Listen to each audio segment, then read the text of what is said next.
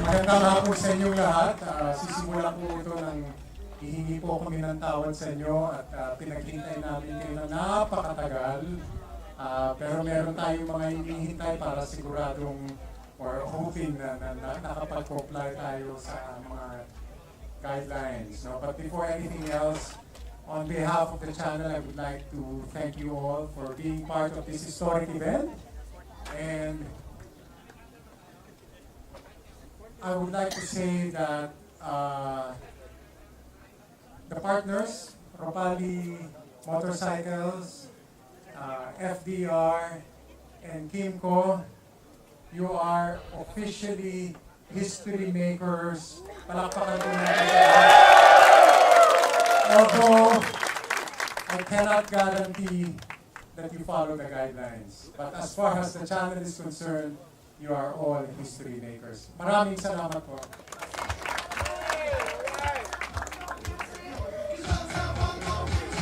At this point, we have come to one of the highlights of this afternoon's event. Again, calling Mr. Jack Ruby to give out the prestigious History Channel Awards.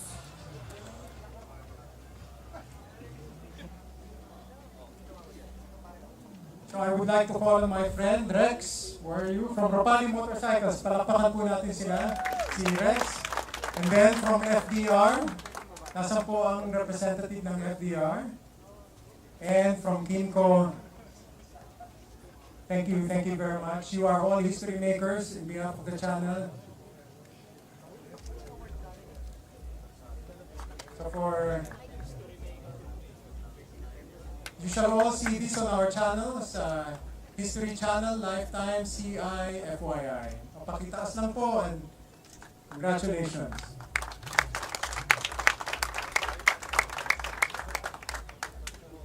This afternoon is indeed quite intense and exciting for everyone. Filipinos have always lived up with pride and glory in everything that we do. Like everyone else who have made history, we have a lot of stories and achievements that are worthy of the world record limelight. Today, we have made another mark in history. And we would like to congratulate again. It is with so much pride that we present to you the prestigious History Maker Award to Ropali Motorcycles, Kimco, and FDR. Congratulations.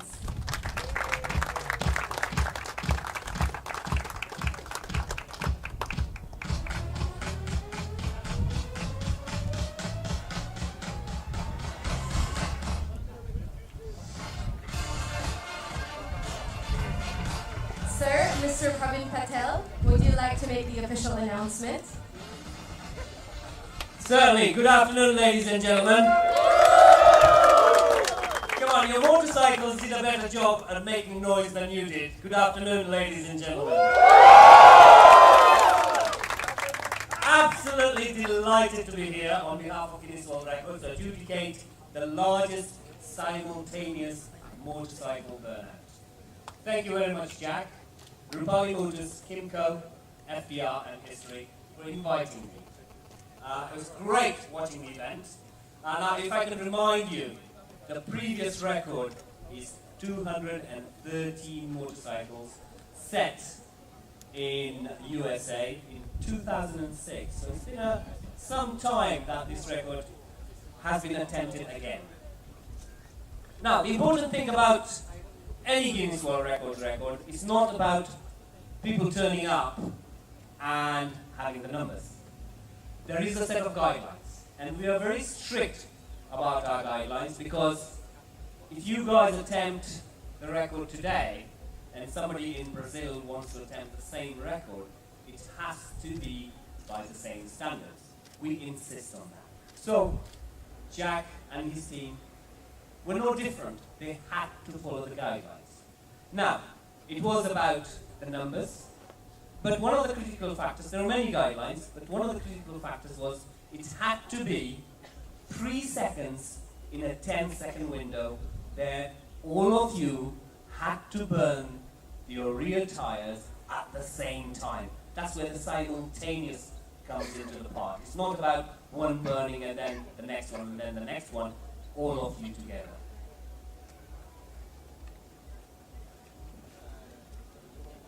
Now it's important there was a loud start signal so that we could hear about the noise for you to start. That was met, and I can say that you actually met the guidelines. So that's part one. So can I remind you that the current record is 213. Now, your next question should be, how have we broken the record? With a total of 300 Rupali motorcycles in your FDR industry, you have set a new Guinness World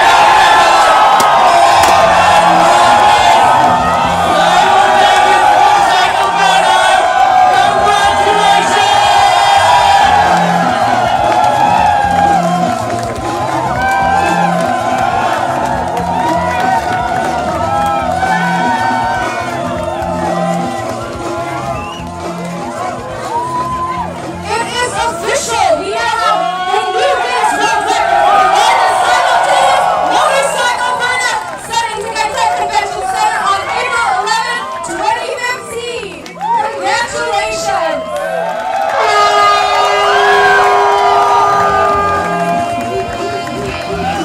Okay, ladies and gentlemen, can I have the final word? Can I please have the final word?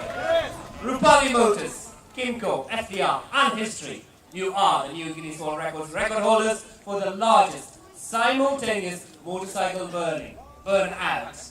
Congratulations, you are officially amazing!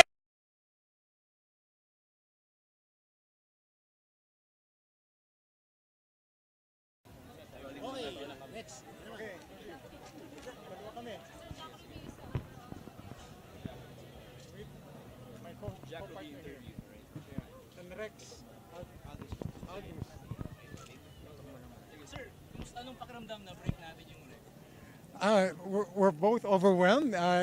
You have to remember that this is our second world record attempt in a span of 3 days, and we were really vying for 2 world records in the span of 3 days, and we're really overwhelmed. I have no words to say. I don't know what to say. But it was really difficult. I was extremely worried because, like, the adjudicator is extremely strict. But good thing we complied. We fully complied. There were some concerns, like when he was doing the rounds, he was doing his random checks. Meron kami nakita na it's his first time to do a burnout. Yes. That really got me concerned, and good thing he managed to do it. That's why we're officially happy now. Okay. Okay. Bakit niyo po naisip yung gawin itong event na to? Which one, the burnout? You have to. You have to ask Rex. Why it was his idea to do the burnout. Well, with the amount of motorcyclists on the road that we have in the Philippines, I think we have a chance, you know. So the only difficult part is getting them to come here or even to register to do the burnout, because most of them are just riders, they're not stunt riders. So we have to teach them how to do a burnout. So yun yung pinakamahirap, and naisip namin kaya naman, kaya. So kaya rin namin ginawa, it's because of our 40th anniversary ng Rupali Motorcycles. And of course, we want to put the Philippines to be known around the world na we can do such things, you know. This one, months actually. Yeah.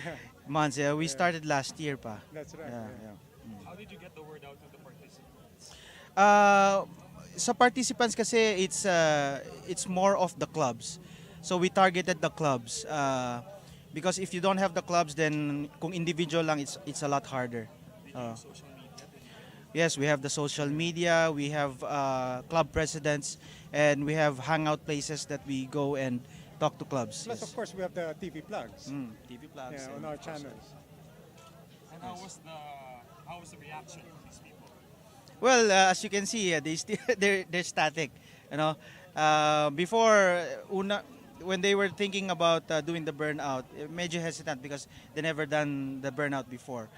But when we start teaching them how to do it, medyo kampante na sila, so they can do it properly. And what does this say about the motorcycle culture in the country?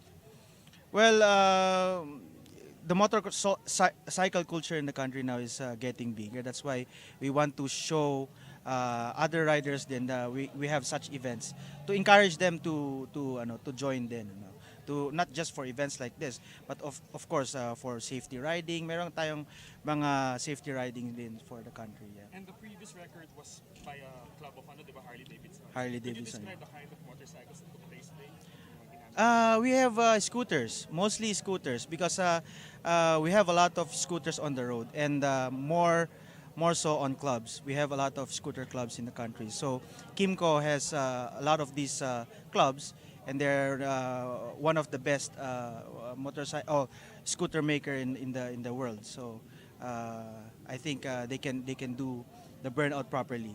Yeah. So what was the most difficult part of this preparation all about? Well, I think teaching them how and organizing each and every one of them to comply with the rules of the Guinness World Record. So that's I think the most challenging part. Yeah. It has always been compliance. The devil is really in the details, and Guinness is known for their compliance, making sure that standards are met. So yun yung mahirap dun eh. That's why if you notice, we had 2 attempts eh. Because in the first attempt, he immediately noticed that there were at least 2 bikers who were not actually doing a burnout. And that really made us worry. That's why good thing, he gave us another opportunity to do a burnout. And in the second try, I would say, we did it. So how are you feeling? I'm gonna get drunk tonight. We're gonna party. We're gonna party tonight. But it's not yet over for us because like tomorrow, we go to Manila. There are 2 other world record attempts in Market. First is the largest reunion of people born in the same hospital, mga pinanganak sa the medical city. After that, without the adjudicators, the fastest time to eat a 12-inch pizza. And then finally, the most number of people using a mouthwash. And Praveen is the one who's going to adjudicate the reunion and the mouthwash. So you were the one also who organized the balloon festival in Manila? Yeah. The balot and together with Rupali, the one in Isabela. That's the first time he broke the record, no? And then after that, we did a balot in Pateros, and now we're here. Yeah. So 2 world record in just 1 week. Less than a week. It's not yet over for us. It's not yet over for us. There are still other attempts tomorrow. But this is especially hard because this really involves skills. Not everyone can do a burnout. That's why he had to check and double check. And nung pinalabas niya nga ako dun sa kwarto, oh God, what's going on? Twice he asked me to step out of the room. But we just have to have faith in the skills of the Filipino, and they delivered. So to Mr. Sir, how did you find the enthusiasm of the Filipino people? Absolutely vibrant. Everyone I talked to, I didn't talk to everyone, but the few I talked to, they're absolutely enthusiastic and ready for the burnout. So it's good to see. Lots of energy. So how did you find the Filipino? Fantastic. I wish I could stay, but I have to go back home. Sir, sorry, I'm in a bit late, no? Pero what's the